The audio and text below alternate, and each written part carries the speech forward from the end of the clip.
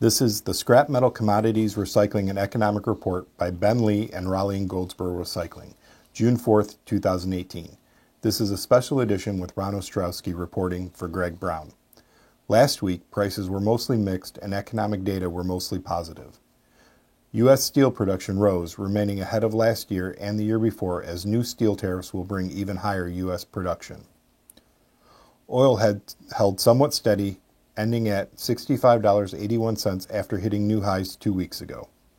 OPEC and Russia remain ready to increase production to stabilize prices. U.S. oil production hit a new all-time high of 10.769 million barrels per day as higher prices continue to bring higher production. Iron ore rose slightly to $65.50 a ton on good balance of supply and demand and a good global economy.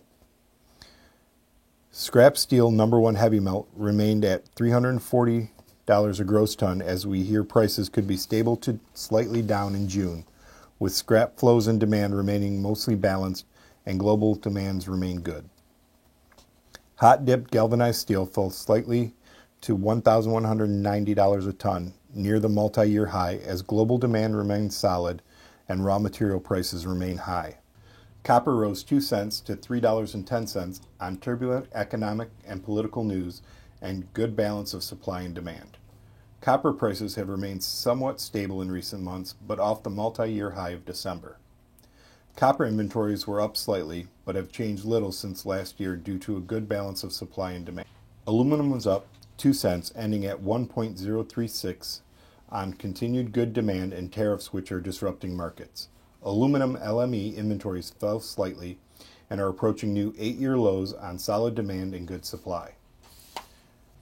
President Trump announced he is going ahead with 25% steel and 10% aluminum tariffs on material from major countries we trade with, including Canada, Mexico, and the European Union.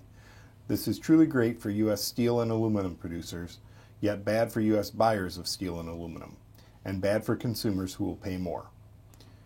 May's China Manufacturing Index rose to 51.9%, the highest in about 6 months and trending up for over 2 years, as new orders and exports increased.